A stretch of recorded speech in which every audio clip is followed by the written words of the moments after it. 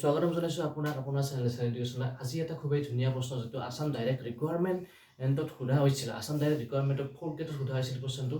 তেন্তে কুৱেশ্যনটো আৰম্ভ কৰোঁ। তাৰপিছত late all the months of A year is 28 days। মানে কথাটো কৈছে এটা বছৰত যিমানটা মাহ থাকে গোটেইকেইটা মাহ 28 দিনীয়া কথাটো কৈছে। তাৰপিছত কৈছে if January 1 fail on A Monday.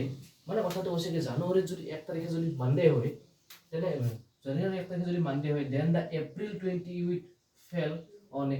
তেনেহ'লে এপ্ৰিলৰ 28 তাৰিখে কি হ'ব? প্ৰথমতে কৈছে কি গোটেই বছৰটো গোটেইকেইটা মাহ 28 দিনীয়া মাহ কথাটো কৈছে। তেনেহ'লে আমি জানুৱাৰী কিমান 28 ডে, ফেব্ৰুৱাৰী কিমান 28, মাৰ্চ 28, মাৰ্চ কিমান 28, মাৰ্চ। তাৰপিছত কিমান আহে, কি আহে, এপ্ৰিল আহে, এপ্ৰিল কিমান 28।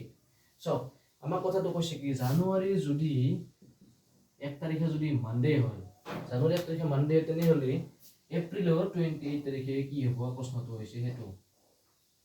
তেনেহ'লে চাওক একদম নৰ্মেলি আপুনি চাব এসপ্তাহ কিমান দিন থাকে, 7 দিন থাকে। 7 দিন আপুনি ডাইৰেক্ট 28ক ডিভাইড কৰি দিয়ক। 7 4 গুণ 28, 7 4 গুণ 28। কিবা ৰিমাইণ্ডাৰ আছে? নাই। যদি ৰিমাইণ্ডাৰ থাকিলে ৰিমাইণ্ডাৰৰ লগত আমি চাওক, তেনে আপুনি আপোনাক ইফালে বুজাই দি আছোঁ। 29 তাৰিখ বুলি ধৰি ললোঁ, জাষ্ট কথাটো 29 বুলি আছে মাহত। এইটোতো চব হৈয়ে আছে। যদি 28ৰ জেগাত যদি বেলেগ সংখ্যা থাকে, তেনেহ'লে কেনেকৈ কৰিব লাগিব আপোনাক মই সেইটো বৰ্তমান অলপ দি আছোঁ, কি বুলি কয় এইটো আইডিয়া দি আছোঁ তোমাক। চাওক যদি 28 দিনৰ জেগাত যদি 29 দিনা যদি হয়, 7 4 গুণ 28, 1 বাঢ়ি যায়, 1 ৰহি যায়। মনডে টিউজডে, যদি মনডেৰ কথা যদি কয়, তেনেহ'লে কিমান হ'ব, টিউজডে হ'ব। কিন্তু আমাৰ যোনটো কণ্ডিশ্যন আছে তাতে কিমান দিছে, 28 দিছে। 7 যদি ডিভাইড কৰোঁ, 7 4 গুণ 28, 7 যদি ডিভাইড কৰোঁ, 7 4 গুণ 28, মানে শূন্য বাচি আছে। মানে কথাটো হ'ল কি জানুৱাৰীৰ 28 তাৰিখৰ দিনটো তোমাৰ কি বহিব, মানডে বহিব। চাওক জানুৱাৰীৰ এইটোতো মানডে বহি গ'ল, এইটোত মানডে বহি গ'ল, এইটোতো 7 4 গুণ 28, এইটোতো কি বহিব, মানডে বহি যাব, এইটোতো মানডে বহি যাব। আৰু 3 নম্বৰটোতো কি মানডে বহি যাব, কাৰণ 7 4 গুণ 28, 7 4 গুণ 28, 7 4 গুণ 28, এইটোতো কি বহি যাব, মানডে বহি যাব,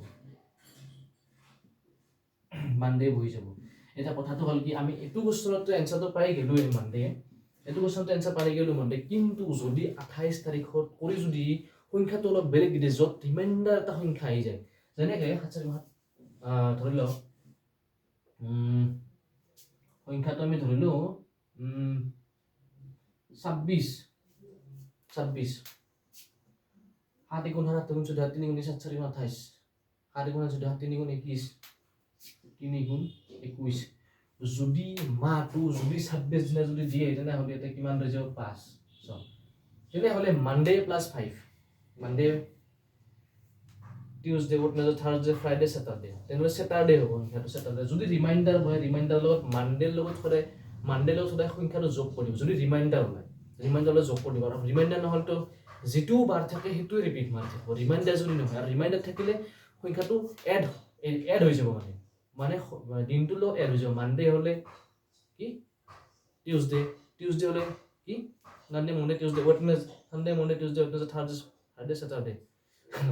ভুল হ'ব পাৰে, শুনা কথা নহয়। যিকিনো আপুনি এই কুৱেশ্যনটো একদম চান্দা তাৰিখ আছে, একদম ভাল কৰি একদম মোৰ আইডিয়া আপুনি পাৰা হৈ গৈছে। আৰু যদি হোৱা নাই, তেনেহ'লে আপুনি কুৱেশ্যন নহয়, আপুনি কি বুলি কয় কমেণ্ট বক্সত আপুনি কমেণ্ট কৰিব আপোনাৰ কনফিউজনটো কোনখিনি ঠাইত আছে।